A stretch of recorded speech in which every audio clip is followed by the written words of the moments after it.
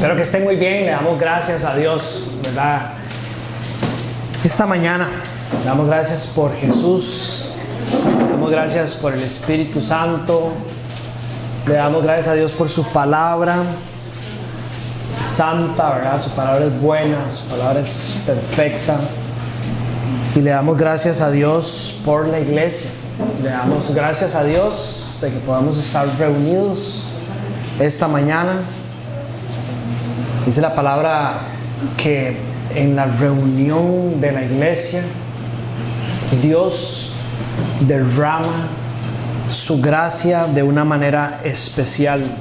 Y es una bendición poder reunirnos. La semana pasada que estaba fuera de San José por unas decisiones que tuvimos que tomar, tuvimos que viajar en carro prácticamente todo el día domingo. Entonces no pudimos reunirnos con ninguna iglesia local allá por el área a donde estábamos. Pero entonces pensaba yo el domingo y estuve pensando en esta semana en la bendición que es verdaderamente podernos reunir y adorar al Señor juntos. Y se me vino este salmo a la mente, es el Salmo 133. Si ustedes quieren leerlo, una Biblia ahí atrás también, si necesitan. El Salmo 133 dice así: cuán bueno y cuán agradable es que los hermanos convivan en armonía. Bueno y agradable, la unidad, la armonía, la iglesia de Jesús. Y la manera en que el salmista lo describe en el nombre de Dios, ¿verdad? Es que estar unidos en el nombre de Jesús es algo bueno ante los ojos de Dios. Es la primera característica que da. Es decir, esto es algo que ante los ojos de nuestro Creador Él ve y dice: eso es bueno. Eso es bueno. Y cualquier cosa que la Biblia diga que es bueno ante los ojos de Dios es algo que nosotros queremos hacer. Y además dice que es agradable. Y la traducción de esa palabra implica trae gozo, trae paz, trae bienestar al pueblo. Y después el salmista da dos ejemplos. Dice que es como el buen aceite que desciende de la cabeza y va descendiendo, dice, sobre la barba de Aarón, hasta el borde de sus vestiduras. Ese aceite fue el aceite con el que se ungió al sacerdote Aarón en el Antiguo Testamento como sumo sacerdote. Y el ejemplo de lo que está hablando es de esa bendición de Dios que se da en la reunión, en la comunión de los santos, una bendición que empieza de arriba y que va siendo derramada por el Señor por todo el cuerpo de Cristo. Dice, es como el rocío de Hermón que va descendiendo sobre los montes de Sión. Hermón es un cerro que estaba a los alrededores del monte Sión y es reconocido por el nivel de humedad que se da en el lugar. Y obviamente, como ustedes saben, donde hay humedad, donde hay esa nubosidad y esa cantidad de nutrientes en la atmósfera, se da vida, se da frescura, ¿verdad? De esa manera es la gracia de Dios derramada en la reunión de los santos, en la iglesia. Hay vida que está siendo derramada por medio de esta reunión. Hay una frescura espiritual que Dios decidió derramar en medio de la armonía, de la unidad, de la reunión en su nombre. Y Él mismo lo describe al final del Salmo. Donde se da esta armonía, ahí es donde el Señor concede bendición y vida eterna. Bendición y vida eterna. Esa es la reunión que hoy tenemos la bendición de celebrar en paz. Déjeme leerle algunos datos. En Corea del Norte, reunirse incluso en las casas es prácticamente imposible. Los cristianos son perseguidos enviados a campos de trabajos forzados o ejecutados si son descubiertos. El informe del European Center for Law and Justice indican que no pueden reunirse ni siquiera en sus hogares sin riesgo a muerte o encarcelamiento. Brunei, disculpe si no pronuncio los nombres de los países de la mejor manera. Si bien el cristianismo no está completamente prohibido, tiene severas restricciones. No se permite celebrar cosas como la Navidad o cosas como la Semana Santa, mucho menos en público. No se pueden importar Biblias, no se puede enseñar el cristianismo. Y los musulmanes, y los que no son musulmanes, es decir, cualquier persona que no pertenece al Islam, ninguno puede evangelizar. En Bután, aunque la Constitución garantiza la libertad religiosa, la conversión al cristianismo está prohibida. Los cristianos no pueden construir iglesias ni reunirse públicamente. Tayikistán, todas las actividades religiosas no registradas están prohibidas. Muchos lugares de culto, como las iglesias, han sido destruidos o cerrados y se requiere de un registro oficial para poder congregarse. No lo dan. Y usted dirá, bueno, esos nombres yo no sé ni dónde están en el mundo. ¿Quién sabe quién está pasando ese tipo de cosas? Nicaragua. Y esto lo leí en un artículo que se llama La persecución cristiana en Nicaragua a partir del 2018. Aunque no hay una prohibición total ni clara, el ambiente de represión ha obligado a muchas iglesias a cerrar o a reunirse en secreto para evitar arrestos o interferencias gubernamentales. Afganistán, convertirse al cristianismo está penado, en muchos casos con la muerte. La práctica pública es imposible y la fe debe mantenerse en secreto. Somalia, el cristianismo es considerado una amenaza. La conversión se castigaría severamente. Libia, la práctica pública del cristianismo puede conllevar castigos graves e incluso la muerte. Yemen, la conversión o practicar el cristianismo es peligroso y puede acarrear pena de muerte. Eritrea, hay persecución activa contra los cristianos y congregaciones que no han sido reconocidas por el gobierno. Aunque no siempre está prohibido de forma explícita, se enfrentan a graves restricciones legales. Nigeria, pese a su población cristiana, ciertas zonas controladas por grupos islámicos imponen que la práctica o el proselitismo cristiano sean ilegales de facto. Pakistán, la conversión del Islam al cristianismo es criminalizada por leyes de blasfemia y apostasía, con penas muy severas. Irán, no se permite la distribución de literatura cristiana, la Biblia. Los conversos del Islam enfrentan pena de muerte, prisiones o azotes. China, muchos grupos cristianos se consideran cultos y su práctica, organización o adoración puede ser criminalizada con penas que incluyen cadena perpetua. Arabia Saudita, no existe libertad religiosa formal. El culto público de cualquier religión no islámica es ilegal. La conversión del Islam al cristianismo, de nuevo, se considera apostasía, puede ser castigada con la muerte. Según el informe The World Watch List del 2025, publicado por Open Doors, una organización cristiana, hay 50 países donde los cristianos enfrentan los niveles más extremos de persecución. Y esto incluye prohibiciones legales, violencias, vigilancia, amenazas que hacen sumamente difícil o imposible reunirse como iglesia.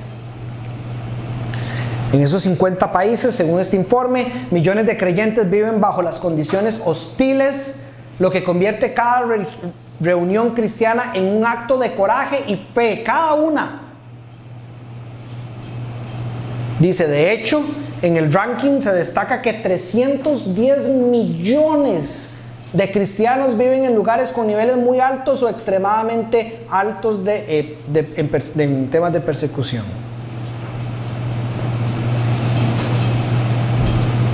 Y aún así, uno cuestiona si ir a la iglesia los domingos, a libremente aprender y escuchar sobre este Dios que decimos que amamos. Aún así cuestionamos si queremos ir a recibir o perdernos de la gracia de Dios. Que esto no es una promoción para Casa Vida, que la Biblia dice que es aquí donde Él derrama la bendición. En la reunión, en la armonía, en la unidad que se da.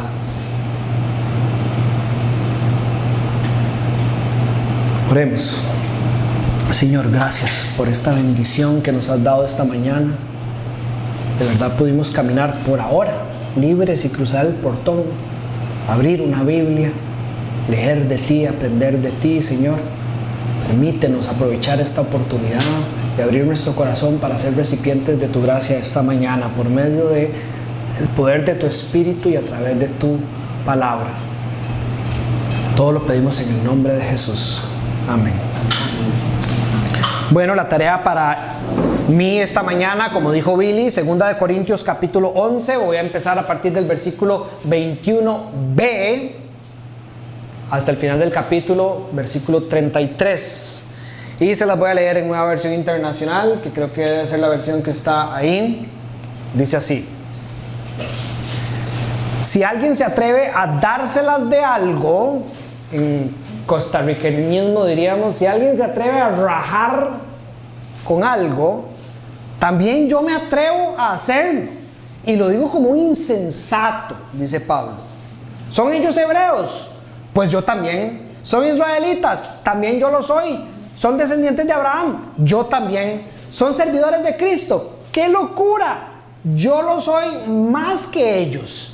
He trabajado más arduamente, he sido encarcelado más veces, he recibido los azotes más severos, he estado en peligro de muerte repetidas veces, 5 veces recibí de los judíos los 39 azotes, 3 veces me golpearon con vara, 1 vez me apedrearon, 3 veces naufragué y pasé un día y noche como un náufrago en alta mar. Mi vida ha sido un continuo ir y venir de un sitio a otro, en peligros de ríos, en peligros de bandidos, en peligros de parte de mis compatriotas, peligros a manos de los que no son judíos, peligros en la ciudad, peligros en el campo, peligros en el mar y peligros de parte de falsos hermanos.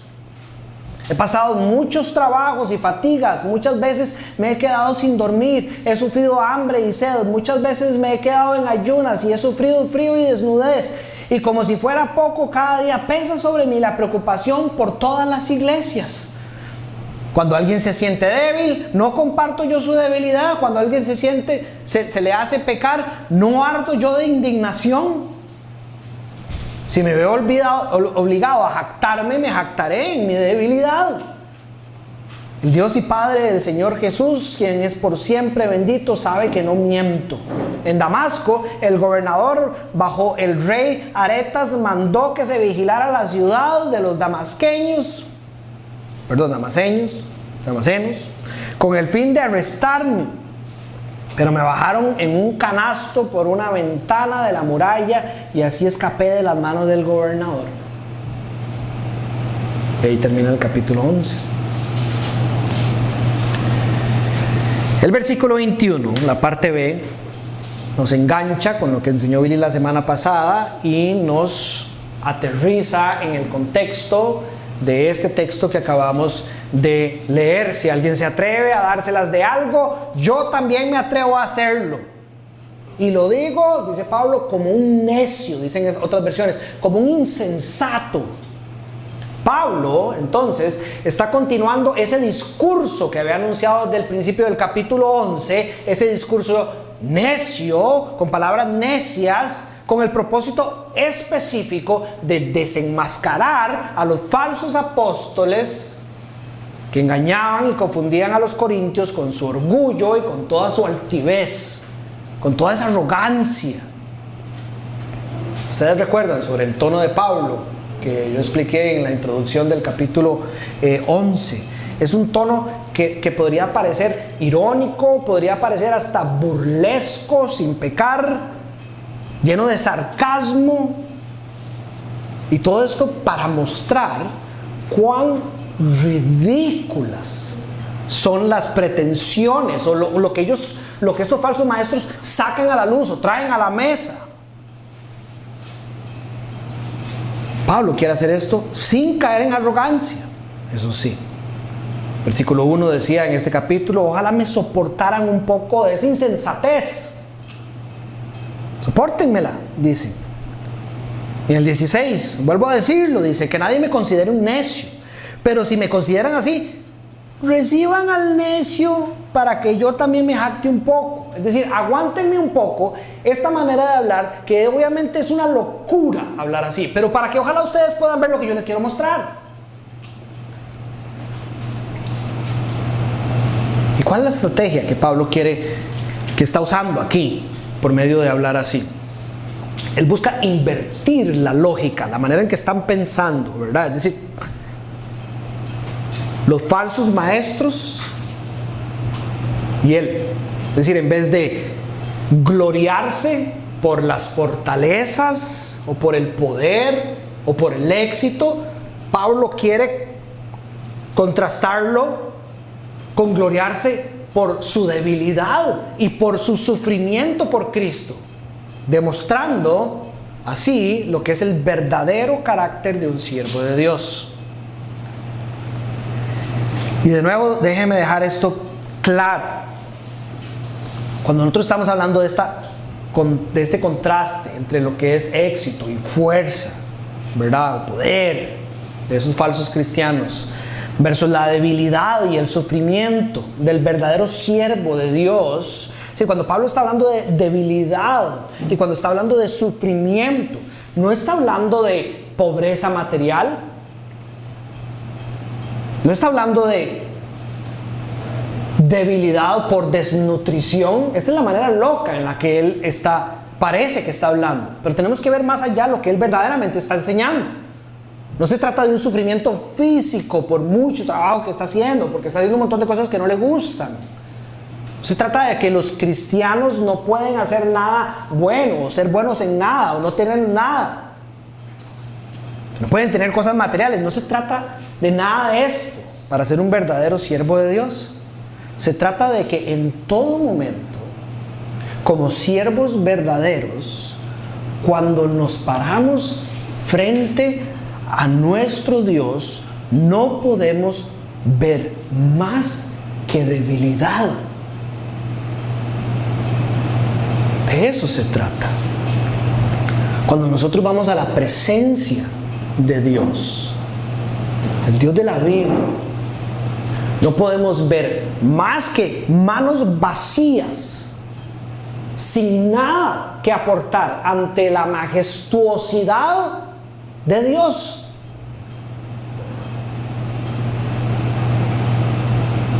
Nos sentimos débiles, sin capaz de ni siquiera levantar las manos para mostrar algo que podríamos creer que es santidad ante la santidad de Dios. Podemos saber nuestra vida y podemos saber lo que Dios demanda de su pueblo, y nos sentimos débiles, inútiles, porque no hay nada que nosotros podamos aportar si no fuera por el Espíritu de Dios en nosotros, que sea digno o bueno ante los ojos de ese santo Dios. De eso es lo que Pablo está hablando. Eso es lo que Pablo quiere que tratemos de ver en medio de ese discurso insensato que está dando. Se trata de un sufrimiento no por tareas pesadas, sino por vivir ese sufrimiento que además fue prometido por Dios al seguir su nombre. Es un sufrimiento interno anunciado bíblicamente. El cristiano verdadero sufre mientras camina con Dios y vuelve a ver todo el pecado que está cargando. Por eso Jesús dice, cuando Él está inaugurando el reino de los cielos y da ese gran discurso en Mateo capítulo 5 al capítulo 7, en lo que nosotros conocemos como las bienaventuranzas, que es cuando Cristo empieza a describir las características esenciales de lo que es un verdadero rey, ciudadano del reino de los cielos. Dice, bienaventurados los que lloran. Y usted no ve a los cristianos llorando todo el día, ¿verdad? Lloran porque en medio de todo, mientras se gozan de caminar con su Señor, lloran por ver lo que ellos traen a la mesa, que es pecado.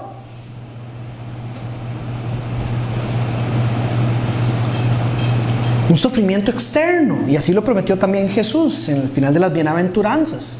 Persecución. Pablo se gloria en eso. Bienaventurados los que son perseguidos a causa de mi nombre, dice Jesús. Ahora, la persecución no se ve siempre igual. Ya vimos una cantidad de ejemplos de cómo se ve, y aquí se siente diferente. Un sufrimiento que en medio de un mundo que cree que nos está ganando, ese sufrimiento puede aparentar que somos débiles. ¿Qué creía Satanás cuando estaba llevando a Jesucristo a la cruz? ¿Qué estaba pensando? En la debilidad de Cristo, que Él estaba ganando, que Él estaba mejor.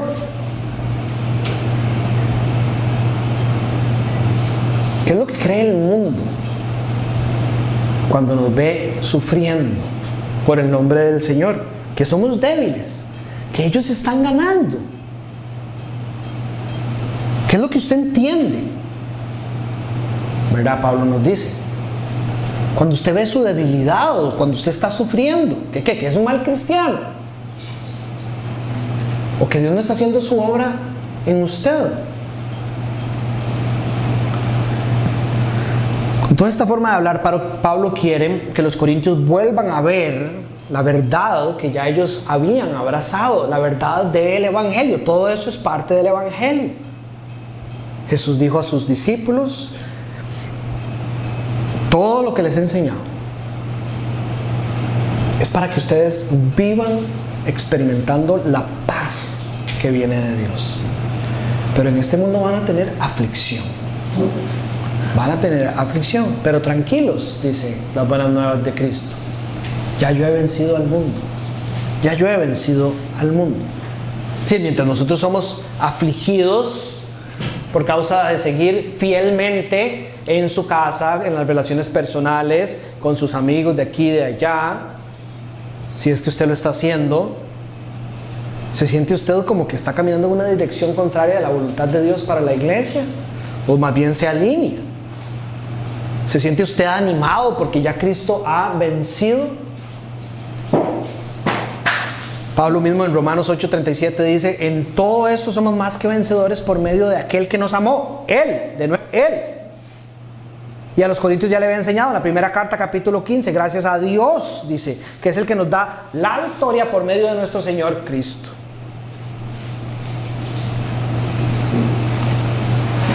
Una manera de entender esto que Pablo está tratando de contrastar, estaba pensando en qué ejemplos podría traer para tratar de ver como todos, de alguna manera hemos sido enseñados por la sociedad o falsos maestros, personas, instituciones o hasta dentro de la iglesia, que el enemigo que se engaña, que se disfraza como ángel de luz, utiliza, y son estos engañadores que vienen en nombre de la justicia. Desde el punto de vista de los maestros, Pablo más o menos están diciendo, y esto es, imagínense a Pablo en el tiempo de hoy, que han predicado mucho, que han predicado por muchos lados. ¿Se acuerdan cuando hablamos de esos que andan creyéndose apóstoles superiores a cualquier otra persona de la iglesia? Y los llaman y llevan al apóstol por allá y al apóstol por aquí, y caminan por las calles jactándose de haber predicado aquí, predicado por allá. Pablo está diciendo, digamos, si de eso se estuvieran jactando, si yo he predicado y he predicado además muchísimo más que ustedes. Pero Pablo además está diciendo, y además, ¿qué tiene eso de importante? Y se lo digo yo como predicador, si predicar es lo más fácil, si usted lo ve desde el punto de vista que Pablo está queriendo exponer.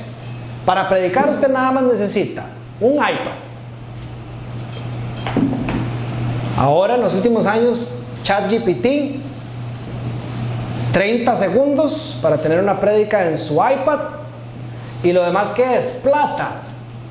para construir ¿qué? Una iglesia y un mega edificio y ponerle luces y asientos cómodos para que la gente lo venga a escuchar. Eso es lo más fácil.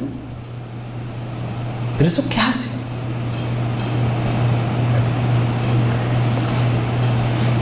¿Qué hace cuando usted se para en un púlpito?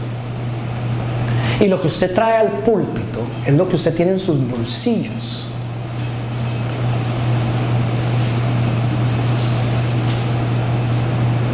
¿Qué pasa? Y esto se lo digo en humildad. Cuando el pastor no viene subiendo la cuesta de su casa con miedo, no por no haber hecho la tarea, sino de decir algo que no alimente genuinamente al pueblo. ¿Qué es lo que pasa cuando usted trae un guión perfecto y confía en el guión, versus cuando usted está aquí parado y sabe que aquí tiene el guión, pero que si el Espíritu Santo no hace algo, esto no sirve de nada?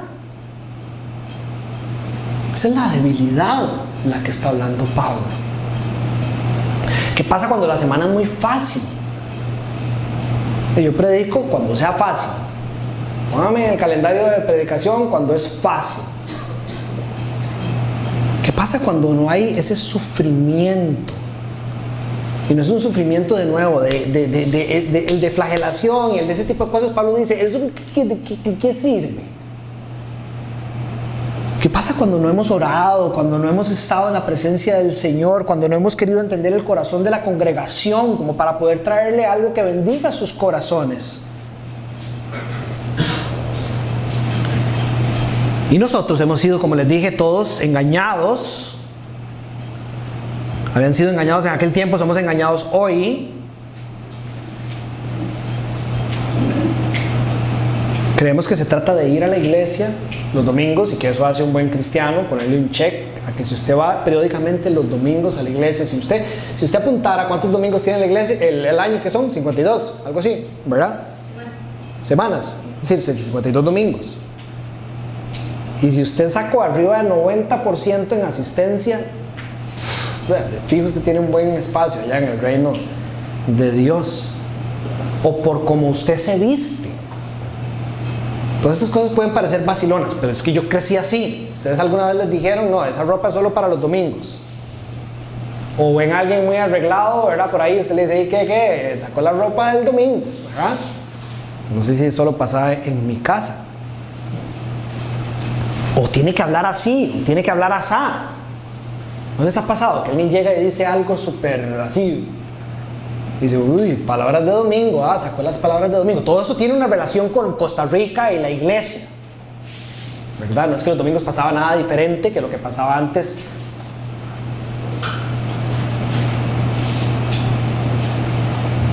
Tienen que verse así, tienen que hablar así, tienen que caminar así. Si usted quiere ser un buen cristiano, tiene que asegurarse de hacer estas cosas, parecerse a nosotros en este tipo de cosas, y así ya usted va a convencer a todo el mundo de que usted es un buen cristiano.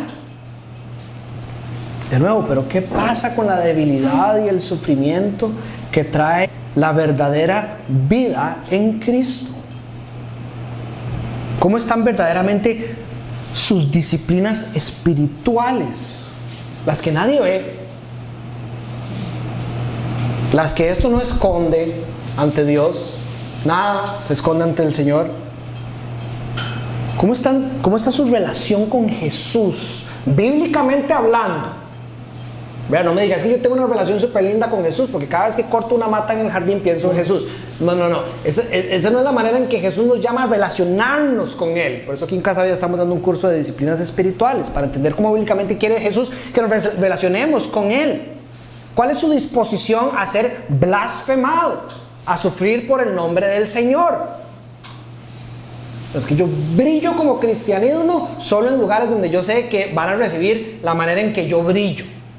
Pero afuera de la iglesia, ese brillo lo meto en un cajón, para usar las palabras de Mateo 5 también, de la luz que Dios ha puesto en nuestro corazón, porque no quiero que me agarren a latigazos.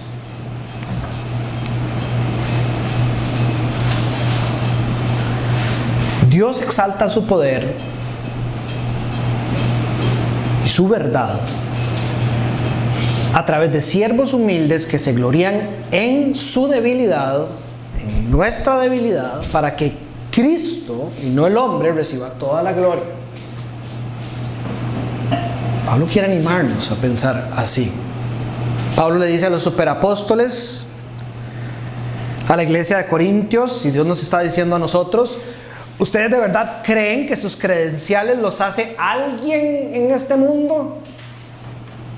Si las cosas que usted tiene lo hacen alguien en este mundo, ¿usted cree que sus estudios, que su forma de hablar, que sus carros, que sus casas, sus billeteras o sus hijos los hace alguien en el reino de los cielos? Perdón, ¿usted cree que esas cosas lo hacen algo en el reino de los cielos? Usted vuelve a ver sus manos y usted ve que tiene de todo lo que usted siempre ha querido.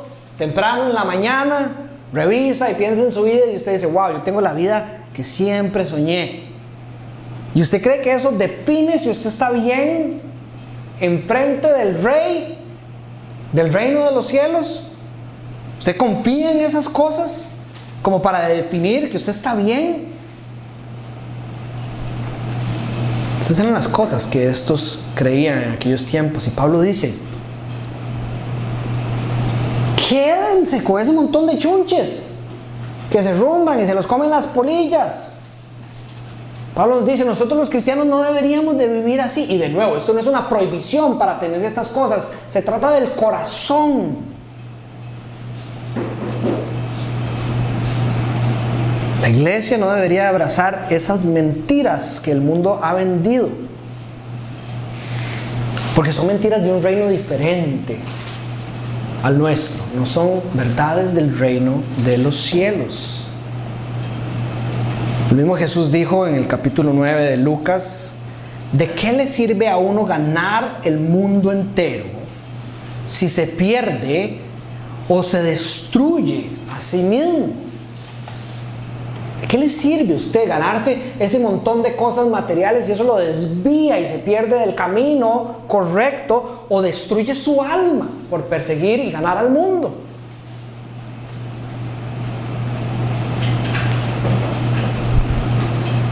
¿Qué está pasando en Corintios? Estos llegan y los deslumbran con ese tipo de credenciales y les dicen: tiene que seguirnos a nosotros por lo que tenemos y por cómo nos vemos. No a Pablo, vean a Pablo débil, véanlo, sufriendo. Eso no. Sean así. Ganen estas cosas. Y desviando el corazón, perdiendo el corazón de los corintios, buscando destruirlos. Thomas Watson, un puritano del siglo XVII, no estoy seguro, perdón, escribió sobre este versículo que muchos pierden su alma por baratijas mundanas. Dice: qué necios son, dice, los que por una gota de placer beben un mar de ira.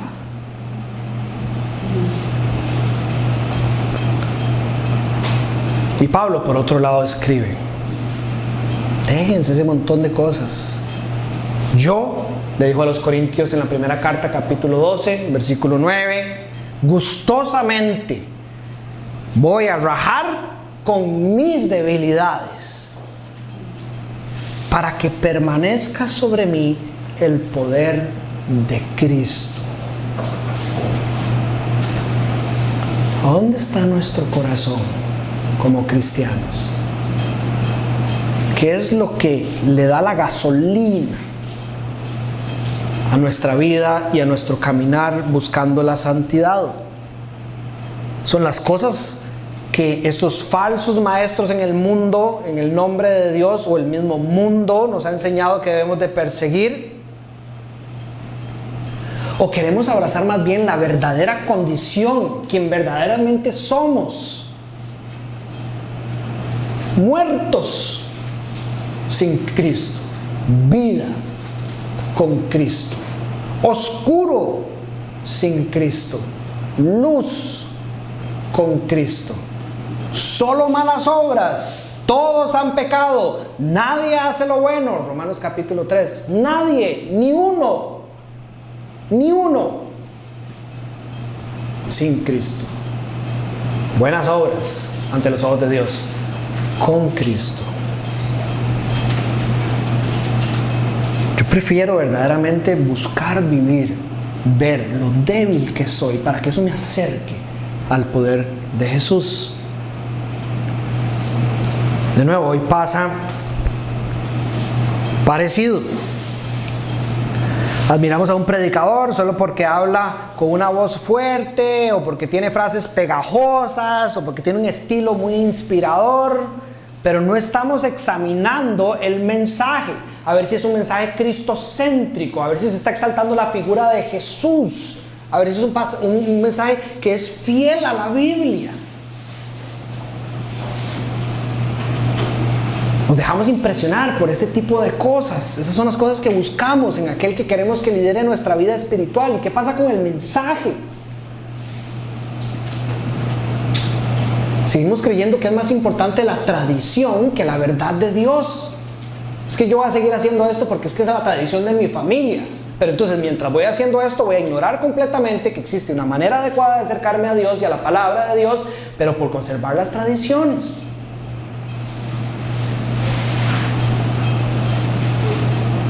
Y todo eso nos impregna, todo ese sistema de cosas.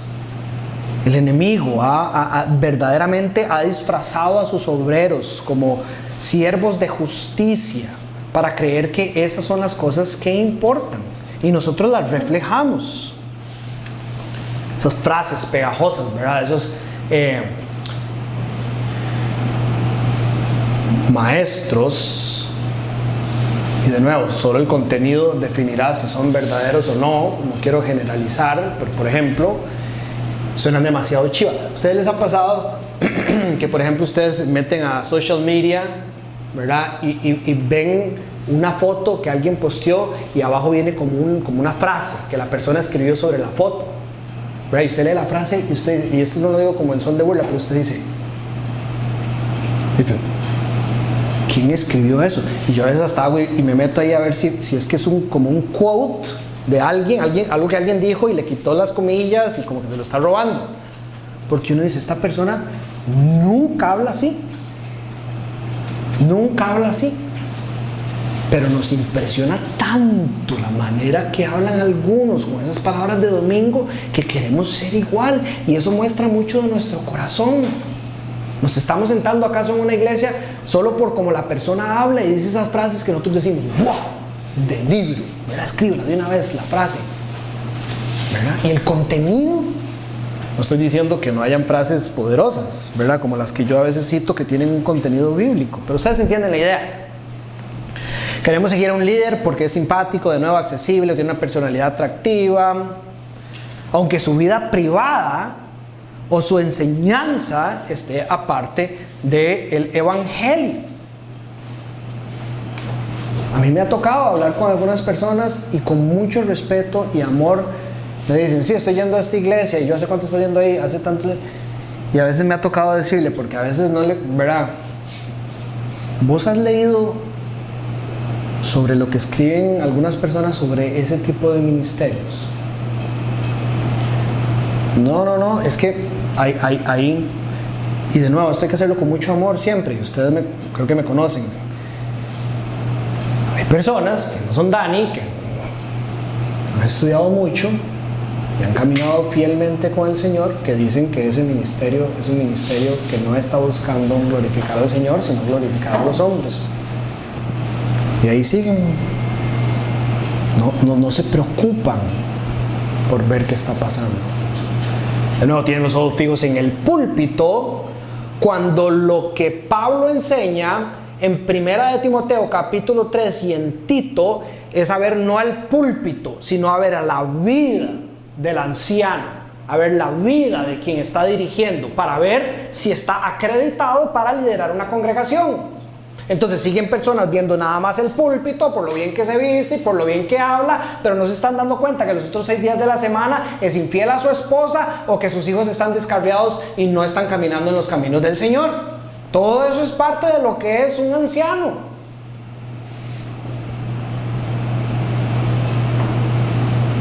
Y estamos tan contaminados que nosotros hacemos exactamente lo mismo. Queremos desplegar una vida en una foto que está lejos de lo que es nuestra verdadera realidad. De nuevo, las redes sociales creo que son un excelente ejemplo. Usted se mete y ve la foto perfecta de la familia feliz perfecta, pero usted sabe que esa no es la realidad. Y de nuevo, no estoy haciendo un juicio con falta de conocimiento. Estoy hablando de personas que están cerca de mí, a veces personas dentro de mi familia que ponen una foto y yo digo, oh, pucha, ojalá esa fuera ojalá lo que despliega esa foto y lo que dice abajo fuera la realidad de su vida. Y son personas que de nuevo dicen ser cristianas. Claro, son cristianas, ese tipo de cristianas que se visten como cristianas, que hablan como cristianas, que hacen las cosas como cristianos los domingos, igual que los falsos apóstoles. Pero el resto de la semana, ¿qué es lo que está pasando? De nuevo, seguimos a alguien por esa imagen moderna, por su forma de vestir. Yo les contaba en la mañana una historia de un amigo mío que ustedes lo conocen y creo que me dejaría contar esta historia. Hace muchos años fuimos a una conferencia a la iglesia de un pastor que tal vez ustedes conocen, se llama John Piper, hace más de, no sé, 13, 14, 15 años, algo así. Y para los que conocen a John Piper, ¿verdad? Que es como el abuelo, ahí diría esto, es el abuelito que uno siempre quiso tener, ¿verdad? ¿verdad? Y después se sube otro pastor, así seguidito, la que seguía, la sesión siguiente. Y me acuerdo que este amigo mío, pastor muy amado, dice, es que yo no voy a poder recibir una enseñanza de este mae, decimos los ticos, ¿verdad? Un look hipster, anteojos, un bigote monumental, unos pantalones rojos, unos zapatos con cordones amarillos, así, digamos, vestido increíble. Y dijo, yo después de escuchar a Piper, yo no puedo recibir una enseñanza de esta persona. Sí, lo decíamos como entre risas, ¿verdad? Pero ahí, nuestra inmadurez, ni siquiera sabemos quién teníamos enfrente. Bueno, el que estaba enfrente por predicar era Paul Tripp. Yo no sé si ustedes han escuchado a Paul Tripp. Increíble. Su testimonio, su vida, su enseñanza, todo. Un hombre de Dios. Y hoy nos reímos porque todos estamos viciados de eso. Yo guarde, no, yo un pastor que se viste así, yo eso no lo escucho. A mí hasta me pasa un toque. Yo sé que sí, yo sé que hay un tema de respeto, pero a mí me encantan las camisas que yo le corto las mangas. Pero me da un toquecillo de miedo venir a predicar así, como que ustedes malinterpreten, ¿verdad? A todos nos pasa. Todos tenemos cosas que trabajar. Nos maravillamos de ministerios solo porque tienen multitudes, eventos masivos, grandes edificios, pero de nuevo no consideramos el corazón de la enseñanza, el corazón de la iglesia. ¿Son discípulos verdaderos o no? Y nosotros terminamos de nuevo liderados por malos líderes que persiguiendo las mismas cosas. Creemos que el éxito de nuestra vida cristiana, porque si somos salvos por nuestro Señor y le seguimos, ¿verdad? Si somos salvos por Cristo y le seguimos como nuestro Señor, somos cristianos, pero diciendo que somos cristianos vivimos una vida donde creemos que el éxito de nuestra vida cristiana es ¿qué? De tener una casa más grande, tener un carro más chiva, que mis hijos sean los mejores del club de fútbol y los mejores del club de natación.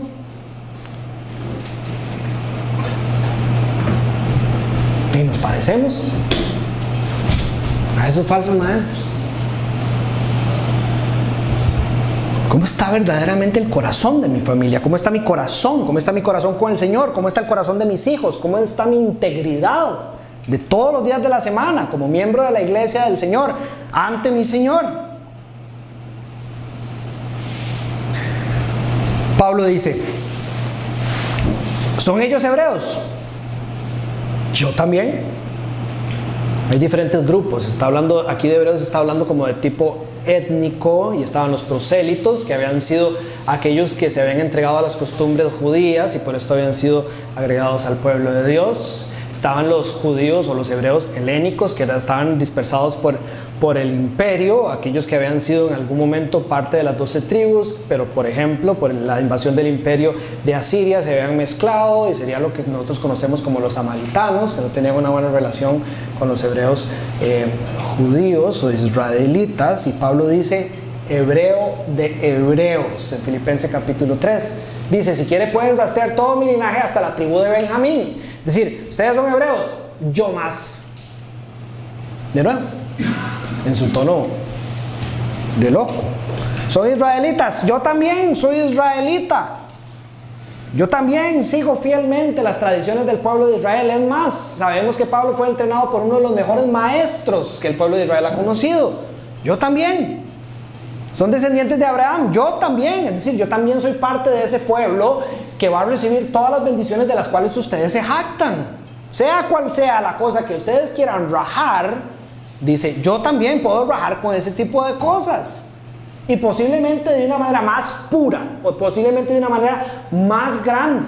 ¿Quieren rajar porque han recibido alguna visión o algún tipo de cosas? Espérense para que leamos el capítulo 12, donde humildemente Pablo dice, visiones. Solo tengo que para contarles algo de lo que le pasó a alguien que fue llevado al tercer cielo.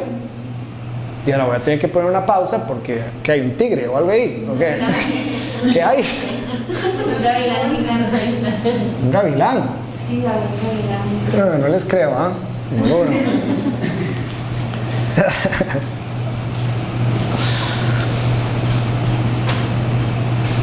Y Pablo dice, ¿y todo esto para qué sirve? Ser israelita, ser hebreo, ser descendiente de Abraham, ¿para qué sirve todo esto? ¿Para qué ponerle peso a estas cosas? ¿Acaso algo de esto trae la salvación a alguien?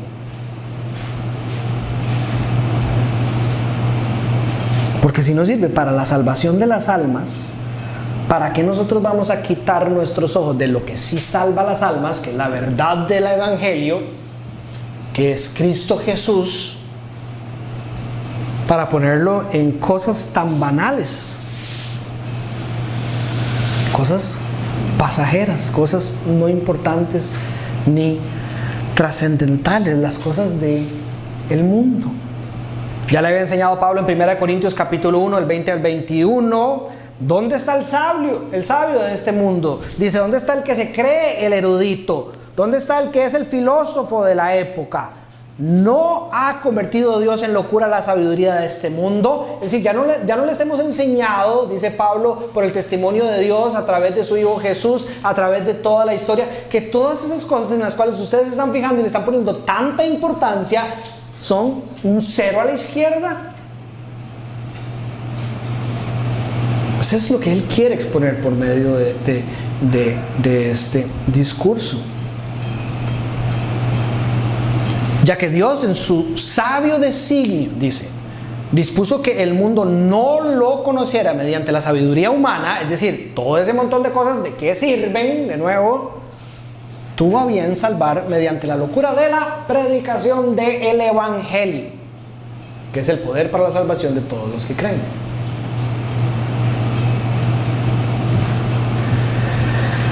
Nosotros podemos tener una historia religiosa, herencia cristiana o mucho conocimiento, pero nada de esto salva a nadie. Lo único que tiene valor eterno es estar en Cristo.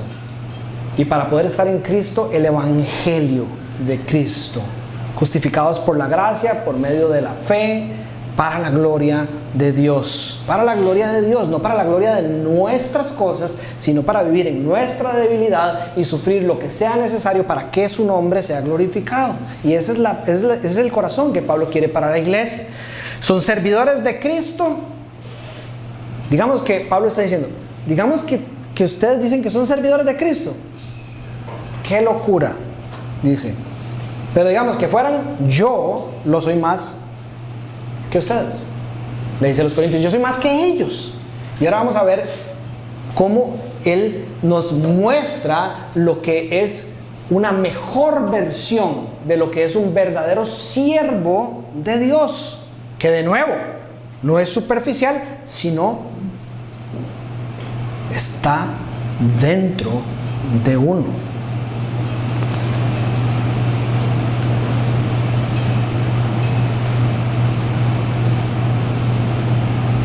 He trabajado más arduamente, más, y utiliza ese más que lo repite varias veces, encarcelado más veces, azotes más severos, más que los demás. Pablo en 1 Corintios había cerrado la carta dando una descripción sobre el testimonio del Cristo resucitado. Y dice que Cristo se le apareció a todos los apóstoles, se le apareció a todos los discípulos, se le apareció a más de 500. Y dice, y de último, como la peor basura, dice, que no se merece nada, se me apareció a mí. Dice, se me apareció a mí. El más insignificante de los apóstoles, dice, que no me merecía nada, que perseguía a la iglesia. Eso es lo que Pablo podía traer a la conversación con Jesús. Hechos capítulo 9, Saulo, hola, yo soy el perseguidor de la iglesia, no sé qué más puedo traer a la mesa. Dice, por la gracia de Dios soy lo que soy. Y la gracia que Él me concedió no fue infructuosa, es decir, no fue que se quedó ahí. Dice más bien, al contrario, y por eso es que Él puede decir más arduamente. Dice, he trabajado con más tesón que todos. Y después dice, aunque no yo, sino la gracia de Dios que está conmigo. Entonces Pablo dice, cuando ya yo podría quedarme ahí y por una cuestión de hechos, rajar de que he hecho más que todos ustedes, se enfrenta a la gloriosa imagen de su Salvador y dice, pero la verdad es que yo no he hecho nada, yo soy débil y solo por la gracia de Dios, si hay algo que yo he hecho es solo por la gracia de Dios que soy lo que soy.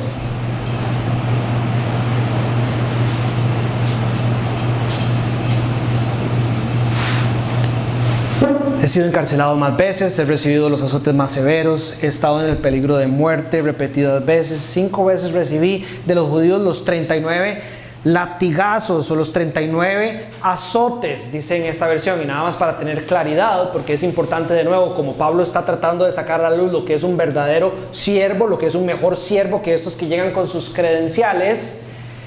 Los 39 azotes vienen del Antiguo Testamento, de la ley que Dios dio a su pueblo. En realidad eran 40, pero en el tiempo de Cristo daban 39, porque dar 41 hubiera sido una ofensa para Dios y un castigo no merecido para el que los tenía que recibir. Entonces los judíos, para no ofender a Dios, en vez de dar 40, daban 39, 40 menos 1, dicen algunas versiones también. Y son diferentes a los azotes romanos. Los azotes romanos, como los que recibió Jesús en el juicio después de estar con Pilato, tiene que ver con, ¿cómo se llama? El látigo de las 9 cuerdas, algo así, picos de metal y otros materiales en los tiros, ¿verdad? Que estaba diseñado para despedazar el cuerpo de la persona. Ese es el castigo romano. Pero aquí el punto es, de nuevo, Pablo tratando de rescatar algo y de hacernos ver algo. Los 39 azotes que Pablo recibió, y él dice que los ha recibido 5 veces por lo menos, estaban diseñados para ser administrados en el tiempo de Jesús en las sinagogas. Eran solo los ancianos del pueblo de Israel los que podían, con su poder judicial, determinar quién debería de recibir este castigo. Y lo que Pablo quiere mostrarnos es el verdadero siervo del Señor. No es el que se presenta con todas estas cosas y dice, vengo a servir. El verdadero siervo de Dios es el que con las manos vacías confía solo en el poder de Cristo para servir en las condiciones más duras y sufrir por el nombre del Señor, por la obediencia del Señor, y no parar de hacerlo.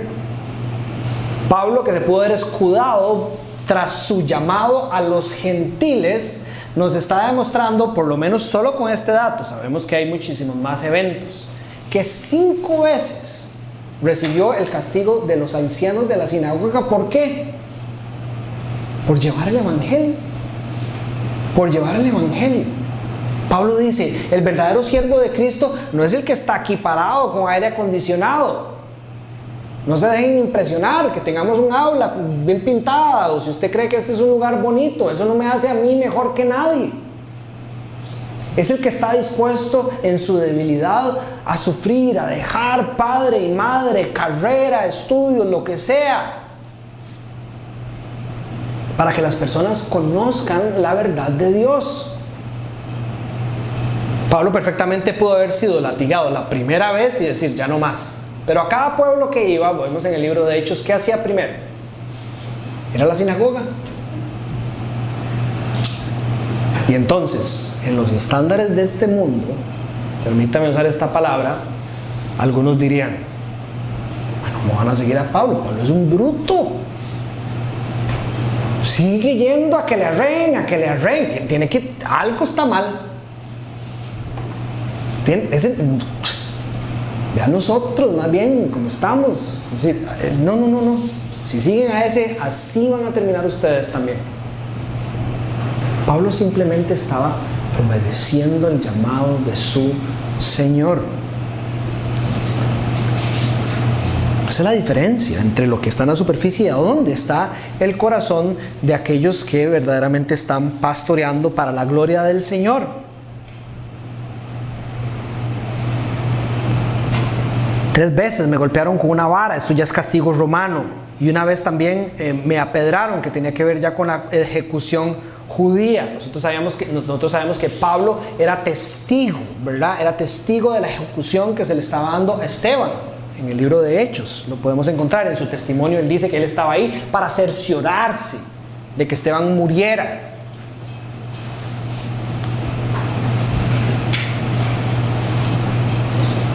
Y Hechos capítulo 14 nos cuenta de esta historia que apedrearon a Pablo. Dice que apedrearon a Pablo después de arrestarlo, y dice que lo arrastraron afuera de la ciudad.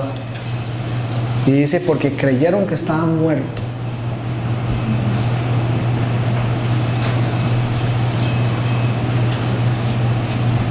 ¿Y qué hizo después? Se levantó y entró otra vez a la ciudad.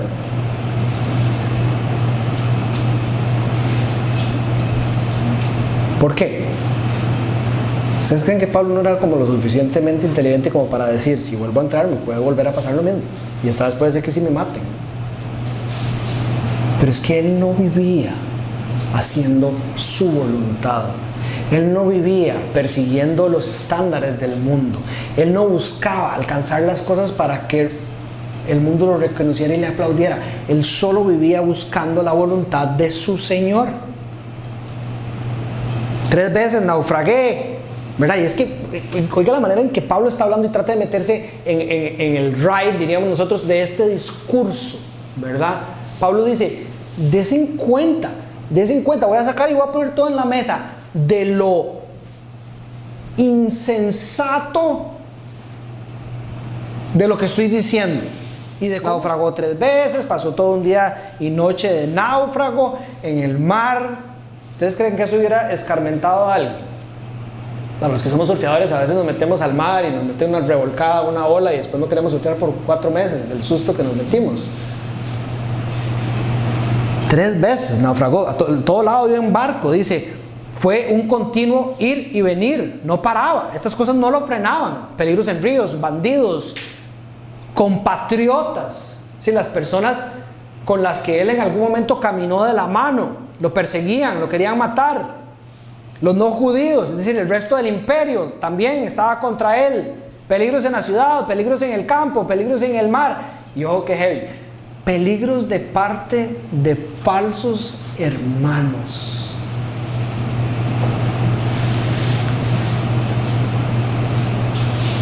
No puede haber, creo que, cosa más dolorosa que cuando uno está caminando con alguien un tiempo en el Señor y después esas personas se vuelven en contra del ministerio que Dios está haciendo en Nosara o en la vida o en la iglesia o en la vida de uno.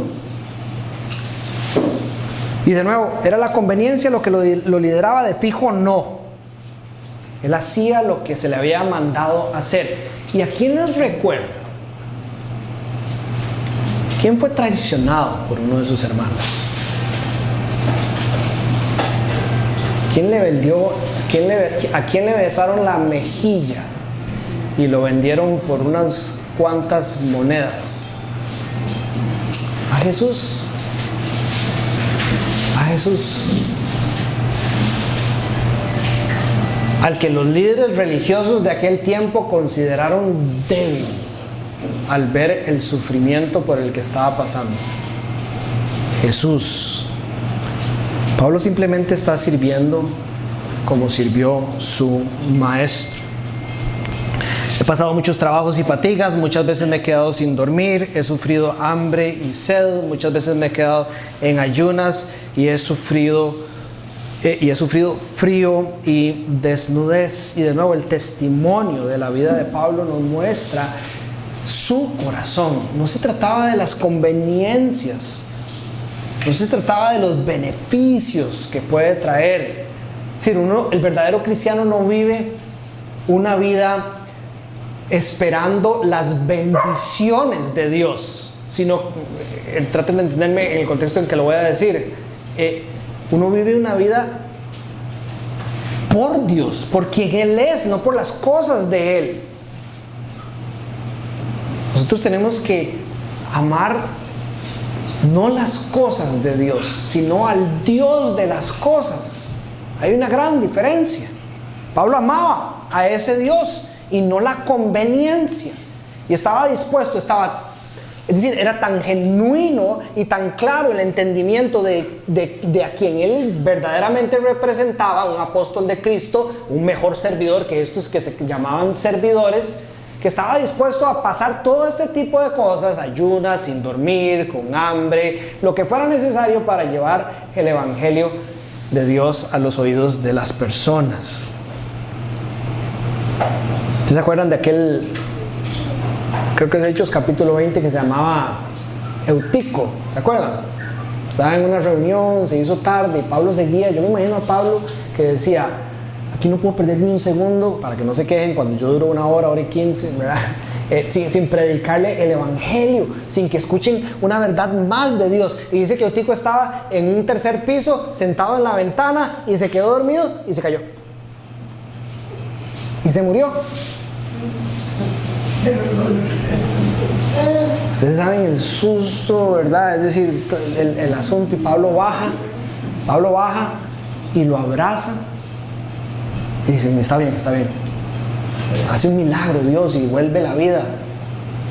Y ahí no es como que más o menos como que se murió así como Keiki cuando le pasa algo como que se murió. No, se murió en serio. Es decir, la palabra en el griego, el original, para describir la condición de Eutico, es la misma palabra que se utiliza para describir el estado de Judas después de 4 días de estar en la tumba, muerto. ¿Y qué hace Pablo después? No, Pablo. Y sube y sigue enseñando y amanece y al día siguiente y sigue enseñando. Un fuego en su corazón por servir a su Señor y llevar las verdades de Dios a las personas, que lo hacía no conformarse a lo que todo el mundo dice que debe de pasar.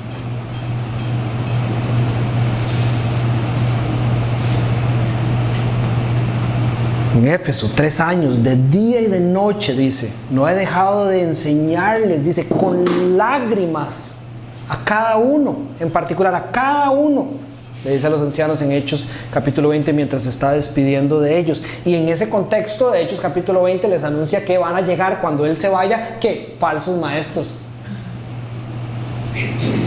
Filipenses 4, 12 y 13 describe, sé lo que es vivir en la pobreza, en la abundancia, y por eso les estoy diciendo, no se trata de cosas materiales, no es que los cristianos no pueden tener estas cosas y cosas así. Él sabe hacerle frente a cualquier situación, dice Pablo. Estar satisfecho, tener hambre, tener de sobra, dice Pablo. Pero en el fondo, lo que soy es por lo que es Cristo. Y es por Él que Él puede vivir como un siervo fiel de Dios. Cristo es el que lo fortalece. ¿Puede ver usted el corazón de Pablo detrás de todo esto?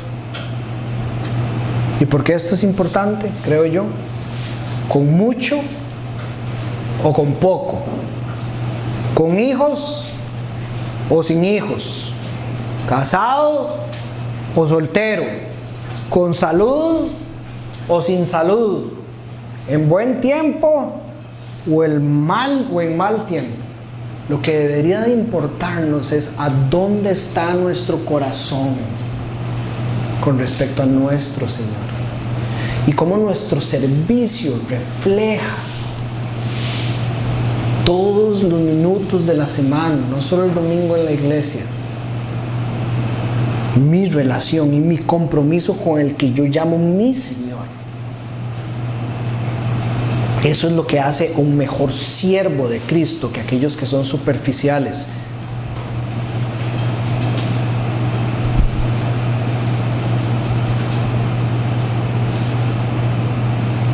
Y para aquellos que están orando por ser ancianos de una iglesia, maestros, líderes como Pablo, no se dejen confundir. De nuevo, vivimos en una sociedad que cree que ser anciano o ser pastor es lo chiva de la iglesia. Pablo se asegura de que no nos confundamos. Versículo 28, y como si fuera poco, cada día pesa, cada día. Y vaya, yo se lo digo en algo, yo aquí no estoy hablando de que yo soy buen pastor ni nada, pero esto es verdad. Cada día, a toda hora, cuando uno abre los ojos para ir a orinar a las 2 de la mañana, en todo momento, pesa sobre mí la preocupación por todas las iglesias. Y no voy a decir sobre mí, sobre Pablo. Pablo está diciendo pesa. Es la realidad del llamado de Dios para aquellos que lideran. Eso es una marca del verdadero siervo de Dios. Un peso por sus hermanos y por sus hermanas, por las cosas que están pasando.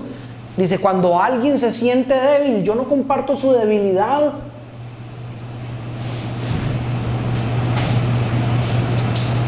Cuando alguien escribe, y aquí les cuento cosas de mi testimonio, simplemente para que entiendan el lenguaje de Pablo, cuando alguien me escribe un mensaje y me está mostrando la debilidad que siente en su caminar como cristiano, si mi corazón no dice, ay, qué pereza, otro mensaje de estos, ojalá no me llegaran de estos. No, es que ese es el llamado al ser pastor.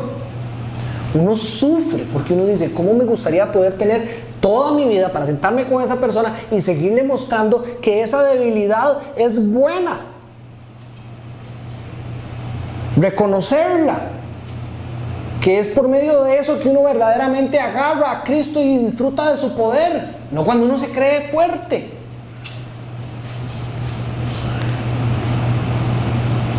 Y cuando a alguien se le hace pecar, no ardo yo en indignación. Y este es el testimonio de este discurso. Estos están llegando a engañar a la iglesia. No le da una indignación, unas ganas, como diríamos aquí, de matar a alguien. Porque están llegando con unas verdades del evangelio que lo único que están haciendo es torciendo a las personas de la voluntad de Dios expresada en su palabra. Ese es el corazón pastoral de Pablo, y de alguna u otra forma modela el corazón que todos los cristianos deberíamos de tener. Si me veo obligado a jactarme en algo, dice Pablo, ténganlo bastante claro, yo me voy a jactar en mi debilidad. Versículo 30. Porque así es como él muestra a Cristo. Y después pone a Dios como testigo, y esta historia ustedes la pueden buscar en el libro de los Hechos, que yo creo que es como para que simplemente, ¿verdad? No la voy a leer, pero es como para que simplemente quede claro para todos los corintios. Es decir, des en cuenta que hay tan poca preocupación en mí de impresionarlos, que una vez, cuando yo estaba en un pueblo, me tuvieron que sacar por una canasta de una ventana para que no me apresaran. Es decir, si hay alguna situación humillante ante los estándares del mundo, es tener que huir en una canasta bajado por una ventana por algo que estaba pasando. Y bueno, Pablo no quería, pero eso es lo que lo obligaron a hacer. Conclusiones o aplicaciones para nuestras vidas. Recuerden que el sufrimiento y la debilidad no son signos de derrota. No son signos de derrota o de ser un mal cristiano. Son la plataforma perfecta para magnificar la suficiencia de Cristo. No evite sentirse débil. No evite estar en momentos donde usted va a tener que sufrir. No evite ni se avergüence por encontrarse en ese tipo de situaciones. Abrácelas. Abrácelas y gócese no de quien usted es en esas situaciones, sino de quien Cristo es para usted en esas situaciones. Si usted verdaderamente está caminando una vida cristiana aparentando que usted es doña toda, qué cansado. Si usted es un hijo de Dios, el Padre que lo ama va a disciplinarlo y le va a mostrar lo contrario, y eso es doloroso. Es muy cansado. Abrazar quien uno es ante Cristo y dejar que Cristo brille en uno es lo mejor. Y qué necios somos todos los días cuando evitamos que esto pase. Otra vez, buscamos tener fuerte comunión con Cristo en nuestras debilidades y nuestros sufrimientos. Busquemos. Si el Señor nos ha dado herramientas para buscarlo a Él en medio de estas situaciones, ¿verdad? No es como que uno dice, estoy en una super debilidad, pero bueno, me voy a quedar aquí sentado tomando café, a ver qué va a hacer Cristo. No es decir, vayamos al Señor de nuevo. Disciplinas espirituales. Hay cosas que el Señor nos dio para encontrarlo en medio de la prueba. Santiago en el capítulo 1 habla de lo buenas que son las pruebas. Pero, cuidado, la prueba en sí sola no es lo que es bueno. La prueba de la mano de Cristo es lo que es bueno, porque eso es lo que fortalece la fe. Usted puede vivir en la prueba todos los días, que eso no lo va a hacer mejor cristiano. Si usted en la prueba está en comunión con Jesús, Santiago dice que por medio de eso se fortalece su fe.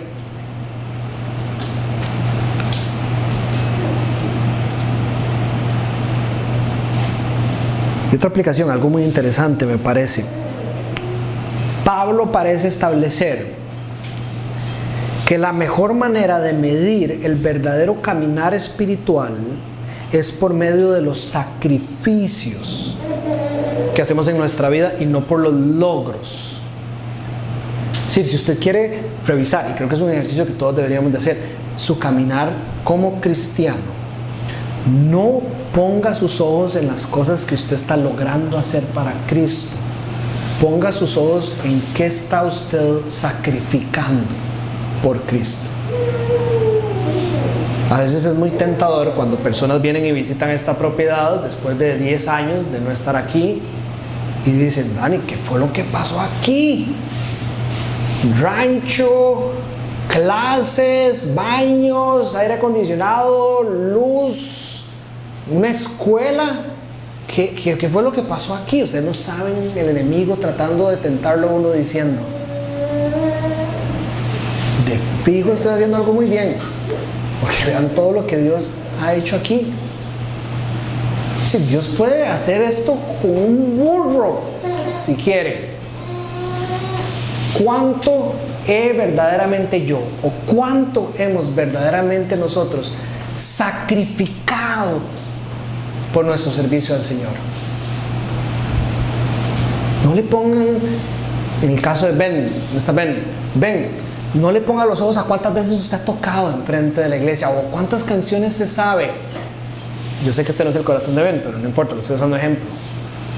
Póngale sus ojos a cuánto verdaderamente está sacrificando por Cristo.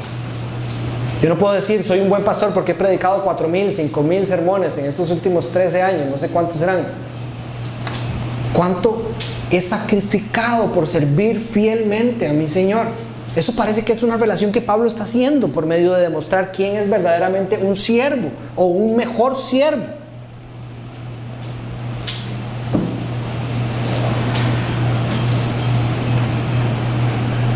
Y por último, sea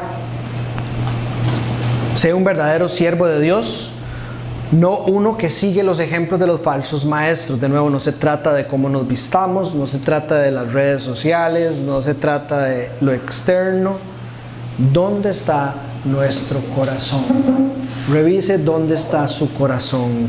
¿Cómo está su corazón en su soltería? ¿Cómo está su corazón en relación con el Señor? ¿Cómo está su corazón con respecto a su esposa?